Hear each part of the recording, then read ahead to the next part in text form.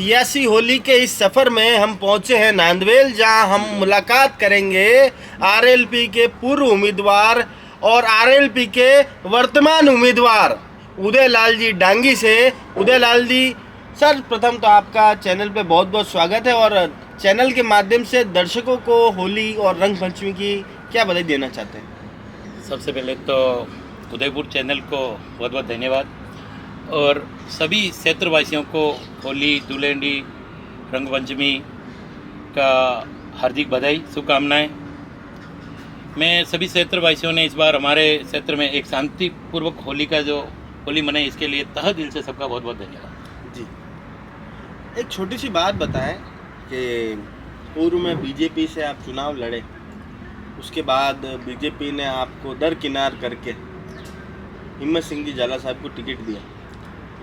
आप के अंदर की कुछ महत्वाकांक्षाएं थोड़ी सी ज़्यादा थी या आप में मादा ज़्यादा था, दोनों चीज़ें हो सकती है। आपने आरएलपी से चुनाव लड़ा और इतिहास में पहली बार ऐसा हुआ कि कोई भी राजपूत प्रत्याशी, या तो महाराज साहब कह लीजिए या गजेंद्र सिंह जी के परिवार से, गुलाब सिंह जी के परिवार से, कोई भी व्यक्ति या तो प्रथम या द्वितीय रहते थे। पहली बार महाराज साहब तीसरी पोजीशन पे आए।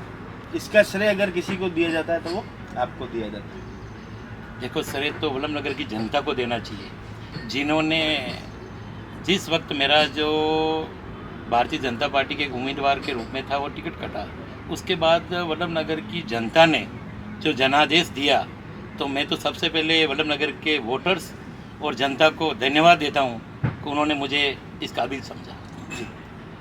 और रही बात फर्स्ट और सेकंड थर्ड की, पहला चुनाव लड़ा भारतीय जनता पार्टी से, तब मैं खुद तीसरे स्थान पे था और मैंने वल्लभनगर के अंदर जिस तरह से भारतीय जनता पार्टी के लिए जो काम किया था, अब पार्टी वालों को पता नहीं मेरा काम समझ में आया ना आया। जिस वक्त भारतीय जनता पार्टी ने मुझे जिम्मा दिया, उस वक्त वल्लभनगर के अंदर भारतीय जनता पार्टी का मंडल भी एक हुआ।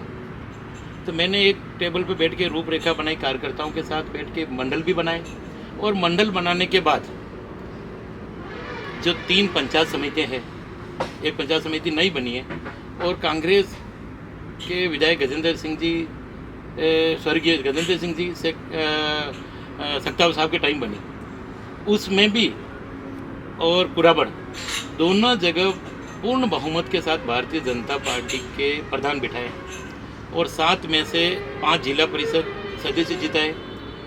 उसकी सजा दी या तोहफा दिया वो भारतीय जनता पार्टी वाले जानते हैं जी। अच्छा, एक सवाल आपसे और जानना था कि आपने हर बार अपने आप को साबित करा है और आपके चाहने वालों ने पूर्व में भी आपके ऊपर आशीर्वाद रखा। आपके जो हमारे जो भाभी जी हैं वो भी कई 3 बार शायद सरपंच रहे और आप खुद प्रधान भी रहे। प्रधान तो नहीं रहता जी, नेता प्रतिपक्ष रहा था। नेता प्रतिपक्ष आप रहे और आपने हर बार अपने आप को साबित करा, पर कभी भी उस गद्दी पर आप नहीं बैठ पाए। क्या ये कांटों पर आज है, इस वजह से आप नहीं बैठ पा रहे हैं या फिर कहीं ना कहीं कोई चूक रह जाती है? देखो, वल्लभनगर विधानसभा एक ऐसी विधानसभा है पूरे राजस्थान के अंदर, इस वल्लभनगर विधानसभा को एक हॉट सीट मानी जाती है जी। उस जगह मुझ जैसे एक विरासत की राजनीति करने वालों के बीच में मुझ जैसे इंसान को वल्लभनगर की जनता वोट देकर साबित करती है कि मुझे जिस जगह उन्होंने आशीर्वाद दिया जी। और उस पोजीशन पे पहुंचाया, मैं तहे दिल से उनको धन्यवाद देता हूं। क्या यहाँ पे एक विरासत की राजनीति चलती है जी। मैं तो ये कहूँगा कि जब से मैं पैदा हुआ तब से मैं यहाँ की एक विरासत की राजनीति देख रहा हूँ जी। और मैं एक खुद की मत समझूंगा कि वल्लभनगर की जनता मुझे इस काबिल समझती है या वल्लभनगर की जनता बदलाव चाहती है। जो भी हो, वल्लभनगर में इस बार वल्लभनगर की जनता बदलाव करके रहेगी, ये मैं ज़रूर जानता हूँ और पूर्ण बहुमत के साथ मुझे आशीर्वाद देगी, ये मुझे उम्मीद है। अच्छा, एक बाजार में एक जब भी हम सर्वे करते हैं तो हम पाते हैं कि अगर उदयपुर में किसी को चुनाव जीतना है तो उसका सरनेम जैन होना जरूरी है और मावली में किसी को चुनाव जीतना है तो उसका ब्राह्मण होना जरूरी है और वल्लभनगर में किसी को अगर चुनाव जीतना है तो उसका राजपूत होना जरूरी है।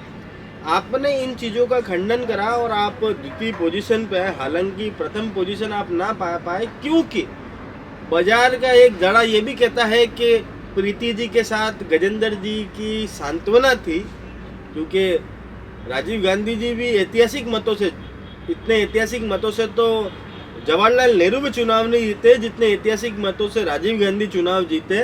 क्यों? क्योंकि उस समय इंदिरा गांधी की एक लहर थी। तो आपको लगता है कि इस बार के चुनाव के परिणाम चौंकाने वाले हो? क्योंकि वल्लभ नगर और मावली के लिए कहा जाता है, हम पत्रकारों की भाषा में भी कहा जाता है कि अगर किसी को पॉलिटिकल जर्नलिज्म करना है तो इन 2 सीटों पर जिसने अपनी कमान बना ली, क्योंकि यहाँ पर ऊंट कब किस करवट बैठे है ये किसी को पता नहीं पड़ता, रातों रात समीकरण यहाँ बदल जाते हैं। देखो, जहाँ तक समाज की बात आती है तो निश्चित रूप से अभी तक वल्लभ नगर सीट राजपूत परिवार के पास रही है, और पिछले कई टाइम से उदयपुर शहर भी गुलाब जी कटारिया साहब रहे ही हैं, ये तो सच है। मावली एक सीट ऐसी है जहाँ एक घूमती फिरती सीट रही है। तो मेरा कहना तो ये है कि मैं तो अभी किसी समाज के लिए तो नहीं कहूँगा, मगर 3 सीट में से 1 सीट तो ओबीसी के लिए होनी चाहिए जी। जरूरी नहीं कि वल्लभ नगर हो, मावली हो, उदयपुर हो, क्योंकि ये लोग भी तो आपको वोट देते हैं जी। कभी बड़ा दिल आप लोग भी तो रखो जी। ऐसा मेरा सोचना है जी। और दूसरी बात, अगर आप कहते हैं कि प्रीति मैडम की, जी। तो ये तय बात है कि वल्लभ नगर के अंदर कांग्रेस का कोई वजूद नहीं है, मगर हमारी पिछली बार मैं भारतीय जनता पार्टी से चुनाव लड़ा तो मेरे सामने महारा साहब भी थे, हमारी दोनों की लड़ाई में स्वर्गीय गजेंद्र सिंह जी जीते थे। और इस बार हमारे 3 जनों की लड़ाई में और दूसरी सहानुभूति थी, क्योंकि एक सत्तावत परिवार बहुत पुराना मतलब राजनीतिक परिवार है, तो लोगों का एक सहानुभूति तो थी, जो था वो सहानुभूति थी जी। और इसका उदाहरण अगर आप देखें जी। तो उसके बाद वल्लभ नगर विधानसभा के अंदर एक पंचायत समिति सदस्य स्वर्गीय हमारे मदन जी रावत, उनका निधन हो गया, तो वहाँ खाली सीट हुई थी, उस जगह चुनाव हुआ। वो 2 पंचायतें अमरपुरा बोपा खेड़ा, उन दोनों पंचायत से मैं जीता, मगर मुझे जिस तरह से कांग्रेस को भी दिखाना था कि आपका वजूद भी सहानुभूति ठीक नहीं थी, उसकी ट्राई करनी है, तो वहाँ मैंने किसी नेताओं के कहने से कैंडिडेट नहीं उतारा और वहाँ सीधा भारतीय जनता पार्टी और जनता सेना और कांग्रेस थी।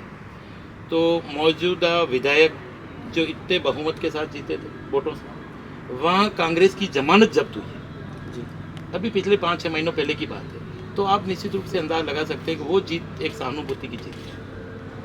कहने में तो ये कहा जाता है कि भाभी साहब ने आपको 20,000 वोटों से चुना हराए, पर अगर कांग्रेस के वोटों की तुलना की जाए तो कांग्रेस गजेंद्र सिंह जी जो 2018 में वोट लाए थे उससे 1,000 वोट और कम लेकर आई, तो इसको जीत माने या हार माने? देखो, कांग्रेस तो किसी भी हालत में जीत नहीं सकती थी, ना अब जीत पाएगी। वो एक गजेंद्र सिंह जी की वजह से सहानुभूति से वोट मिले हैं और आज कांग्रेस का कोई वजूद इतना रहा नहीं, क्योंकि मैं विधानसभा में जहाँ तक जाता हूँ आज कांग्रेस के कार्यकर्ता ही कांग्रेस से दुखी है जी। तो इसलिए कांग्रेस का तो कोई इतना कोई वजूद रहा नहीं जी। और आप अंदाज लगाइए कि पिछले 3 कार्यकाल को देख लीजिए, वोट 65 के अंदर ही रहे जी। कोई प्रोग्रेस नहीं हुई है जी। और इस बार चुनाव है, आप देखो रिजल्ट क्या आएगा जी। चलिए हम सियासी बातों को ख़त्म करते हैं और अब कुछ आपसे तंज भरे सवाल होंगे और आशा ही नहीं वरण पूर्ण विश्वास है, क्योंकि होली का समय है और आप इनका बेबाकी से और ईमानदारी से जवाब देंगे हाँ या ना में। पहली पसंद गुलाब चंद जी कटारिया या हनुमान जी बेनीवाल? देखो मेरे लिए तो एक ही जवाब, हनुमान जी बेनीवाल या गुलाब चंद जी कटारिया? हनुमान जी बेनीवाल जी। गुलाब जी आदर्श या गुरु? आदर्श जी। गुलाब जी ने धोखा दिया या नहीं? उन्होंने कोई धोखा नहीं। जी।